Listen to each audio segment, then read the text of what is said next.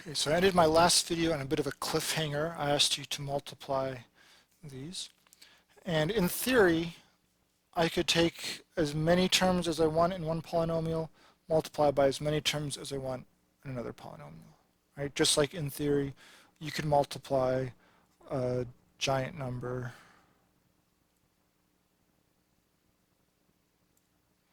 times another giant number. I know I'm starting with 4 here.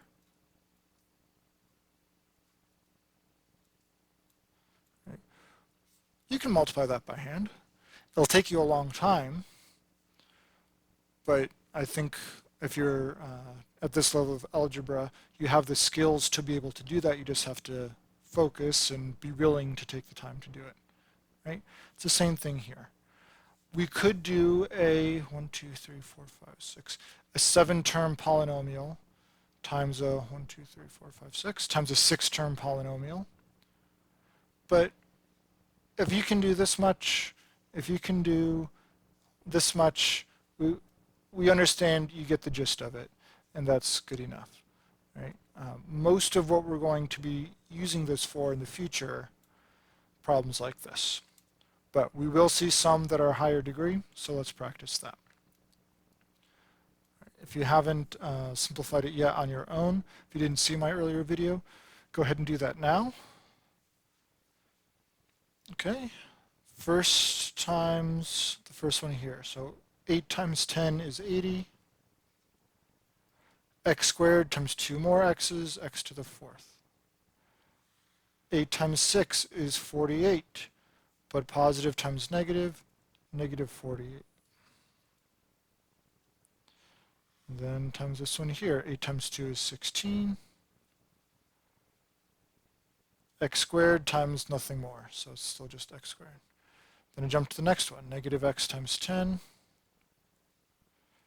Negative times positive, that's negative. 10 x squared times 1 more x, we have x to the 3rd. Then x times the 6, negative times negative is positive. X times x, x squared. Then the x times 2, x and 2 is 2x. Positive, negative, I'm at negative. I don't have enough space there. A little bit closer. All right. Then the negative 3 times 10. With x squared. Negative 3 is just the constant term, so I know my x's are going to stay as they are. 3 and 10, negative 30. 3 and 6, 18. Opposite of negative is positive. Come on, plus 18x. And then 3 and 2 is 6. The opposite of positive, negative. And I notice I skipped the whole step of showing those individual multiplications, right? 8x squared times 10x squared. 8x squared times negative 6x. 8x squared times 2. Negative x times, right? If you want to write this stage, fantastic, that's great. Just like if you want to write, let's back up even more here. If you want to write this stage,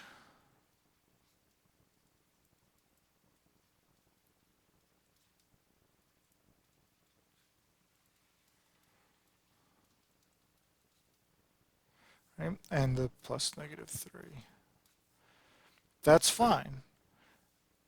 But if you understand how this works, if you understand that every term in the first polynomial is being multiplied by every term in the second polynomial, then we can just kind of point our fingers. I'll often on the paper, I'll literally go like, okay, I've got these two, then these two, then these two, then these two, then these two, then these two, then these two, these two, these two, right?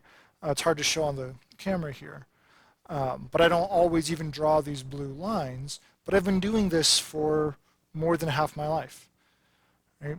I've been good at it for more than half my life. I just need some reminders that I can keep track, right? Just like when you're reading aloud, sometimes you put your finger on the words, even if you're very literate and you can read it, whatever, when you're giving a speech, sometimes it's good to keep your place. Same idea here, right? Sometimes we need to keep our place as we go along so that we don't get confused. But in doing so, we can skip all the way down to here. We can do those products in our head. If you're not there yet, fine. Write the red step if that's what you need. If you don't need that, but you do need to show the multiplications, so you're not trying to keep track of too much in your head at the same time, fine, by all means, do that. I'm not going to waste your time writing out the rest of the steps here. I trust you can follow that process on your own. But we do want to finish this problem. So let's keep with our multicolor approach here. We're not done yet because we still have to combine whichever like terms we can. So my highest degree here, x to the fourth, common but not always true that our first term will remain our first term. So x to the fourth stays the same. So we've got 80 x to the fourth. Now 1 below 4 is 3. Here's x to the third. And here's another x to the third. And no more x to the thirds. All right, so this is a negative 48. This is a negative 10, both negative, so I'm at 40, 58. Okay, jump down from 3 to 2, so there, x squared, here's another x squared, and here's another x squared. I've got 3 x squared terms, so 16 of those plus 6 positive, positive, so that's 6 and 6 is 12, 22. Minus 30. 22 minus 30, that's minus 8, negative 8. All right, below x squared is single x. No, no, no, no, no. Here's a single x. This is why I don't always just do this underlying process, right? That's what I originally learned was for like terms, you underline them once or twice or 3 times, but once we get to 4 underlines, that's a little much. So crossing them out as we go along, x to the fourth is done, third and third, those are done, squared, squared, squared, those are done. What's not crossed out? Not crossed out, not crossed out, those are like terms. All right, negative 2 plus 18 is positive 16. Then I can cross those out. What's not crossed out? Negative 6. And we're done. All right, so just 2 different styles. Some people do circles and squares and triangles.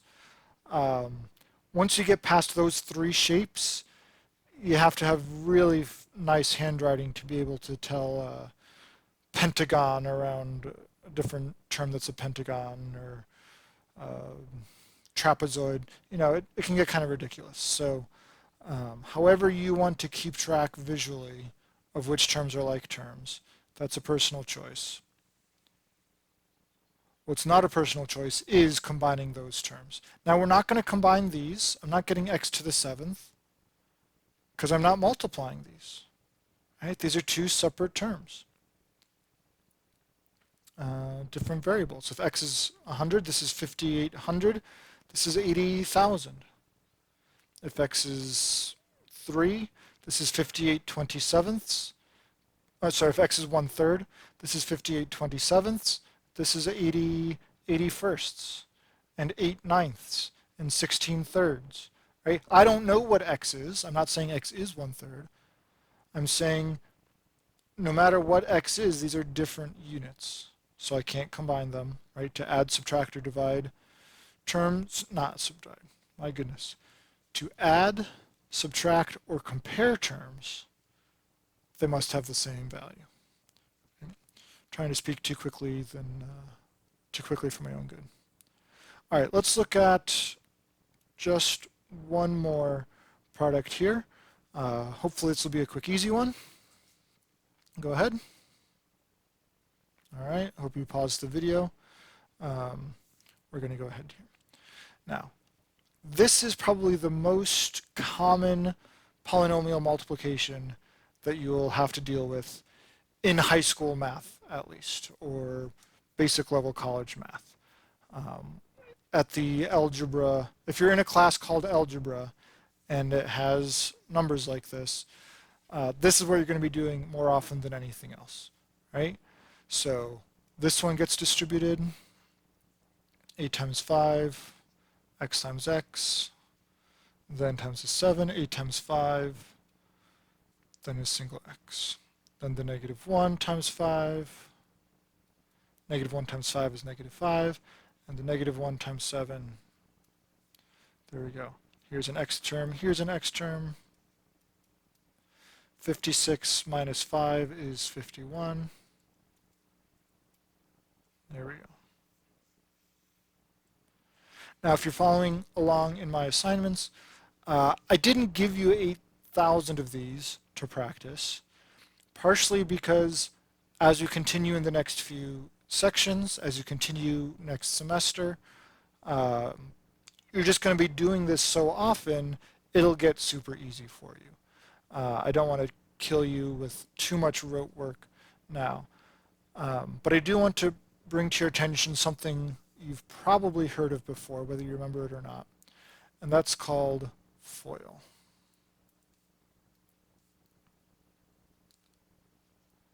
You may have heard someone say FOIL it out, right? What they really mean is multiply using this acronym to keep track. What we really want to avoid doing is thinking of like terms. This is not 8 and 5, 1 and 7, done. This is not equal to this. That is wrong. If I now get rid of this, there we go. It's hard to erase when there's so much else going on the screen here. There we go. What we want to do is remember that both of these terms are being multiplied by both of these terms. If I'm doing a 2 by 2 multiplication, I should get 1, 2, 3, 4 terms. FOIL has 4 letters, right? So what does FOIL stand for? Well, 8x times 5x, that's the first term of this polynomial. That's the first term of this polynomial. So f is first. O stands for outer. If I look at all 4, this is all the way to the left, this is all the way to the right. The 8x and the 7, that's the outer, or outside. 1 and 5 are both sandwiched into the middle, right? 1 is as far into the middle as it can get, 5 is as far into the middle as he can get. So the 1 and 5, that's my inner.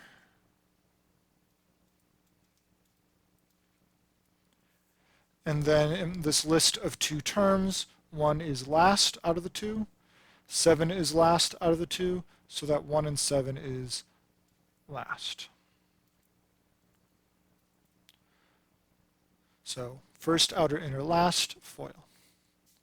Now there's a reason why I'm just sharing this acronym with you now, after we've already done several multiplication problems.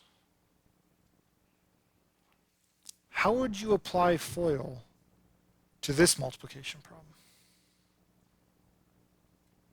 Right? Here's first. Outer, okay, this one times this one. Inner, that's these 2. Last, that's the 3 and the 2. We never even looked at the x or the 6x.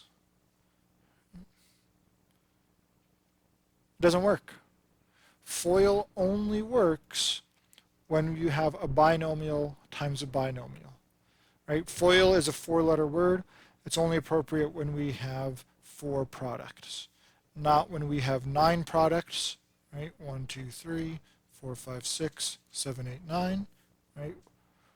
1, 2, 3, 4, 5, 6, 7, 8, 9. Not when we have 6. The 2 red ones, the 2 green ones, the 2 black ones, right? 1, 2, 3, 4, 5, 6. it works here. First, 2x times x, 2x squared. Outer, 2x times 2, 4x. Inner, 3 times x, 3x. Last, 3 times 2 is 6. Right? It's a useful, quick way to recognize that we've got all four terms, but it's just a mnemonic device. It's just a way to remember what we're doing. There's no mathematical proof of FOIL. It's a proof of distributing, and we can remember how to distribute with this acronym, right? When it's a 2 by 2, that gives us these four products. Okay, and that will help us avoid getting this nonsense where we're looking at like terms. Right? Like terms doesn't even make sense here, right? I don't have any x to the fifth terms there. I don't have any x terms here, right? Don't look at like terms when you're multiplying. Just like when we're multiplying our whole numbers, 2 times 20 are not the same terms. This is counting tens, this is counting ones. I'm still multiplying them. 10 times 3, not like terms, I still multiply. When we're multiplying, every term in the first is being multiplied by every term in the second. When we add, that's not the case. So let's be very clear here.